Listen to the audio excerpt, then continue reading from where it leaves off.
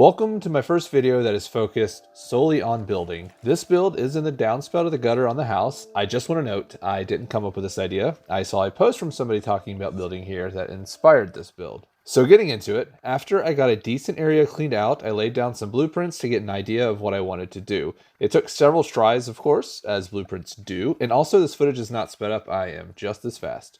But as every build goes, I needed materials. I wanted to use mushroom bricks for the walls since they have a similar color to the gutter, and I felt it would just flow better, plus it's stronger. But before I could get there, I needed to build the floors and everything else I mapped out, so we began the grind as one does. I filled several pallets several times throughout this build and always carried back weed stems on my shoulder to maximize my load, but I did forget my ant armor, so I was never fully maxed like I could have been, nor was I using the smoothies. So never forget your ant armor, you nincompoop. And this area right underneath the sandbox crab face is the absolute best place in the entire map to gather weed stems. I am using the palisades because they are stronger, but mainly because they create this kind of retaining wall effect that I like. It just looks nice.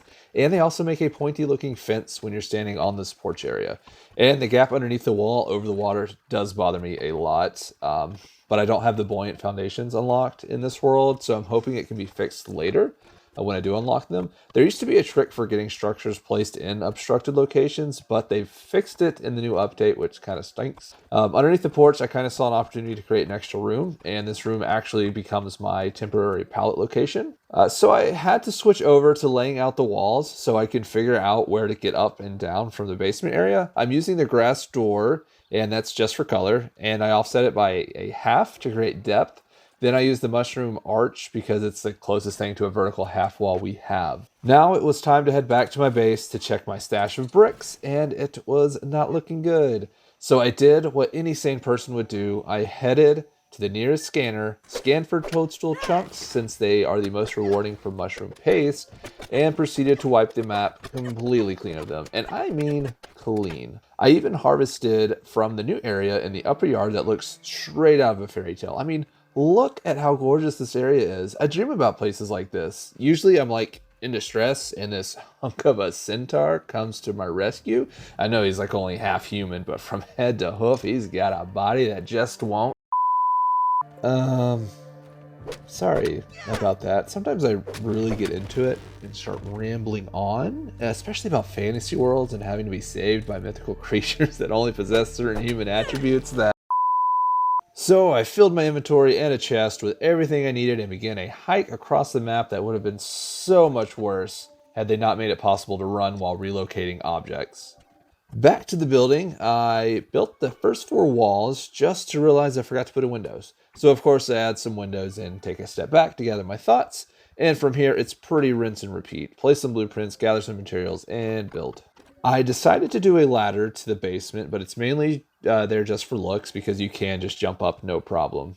Then we're going to jump forward here just a bit because the nighttime building was a little unpleasant to watch back. And here you can see I've got this staggered front face of the building, and that's just to match the pitch of the gutter going up.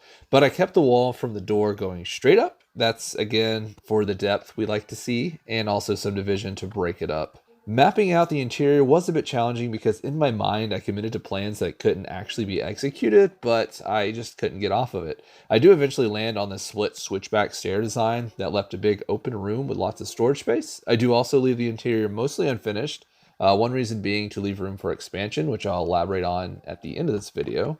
Back outside, I wanted to make this build not just look bigger, but to be more aesthetically pleasing with a couple of eye-catching details. And putting this ladder in was a bit funny to me because this location is where I did my first video, which was the elevator tutorial that strongly urged against ladders. Over here, I found a great opportunity to try to make a cartoony kind of chimney. Not 100% how I imagined, but still pretty good. And what I'm trying to do now is get the weed stem up so I can make a platform for the pallet to sit on.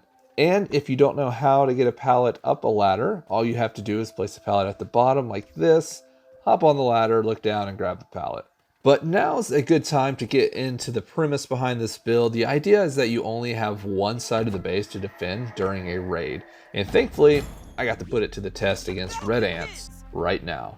At first, it looks like they're coming from around the sandbox, so I am just trying to watch to figure out their path.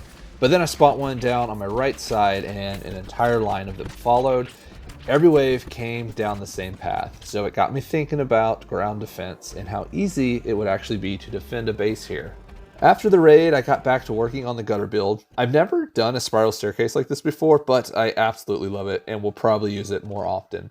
These roofs are temporary. They're just there to make working on these long dormer things easier, and this is supported from the inside of the gutter. I'm adding lights in here to give it some life, and I put these floors in hoping it would be able to divide the light some, but it didn't quite work as I wanted. And I did another dormer thing exactly the same way. Now we get to implement what we found out from the raid. My idea here is to create a long dock-like section that gives them plenty to focus on before making it to the actual base. That'll give me more time to defend.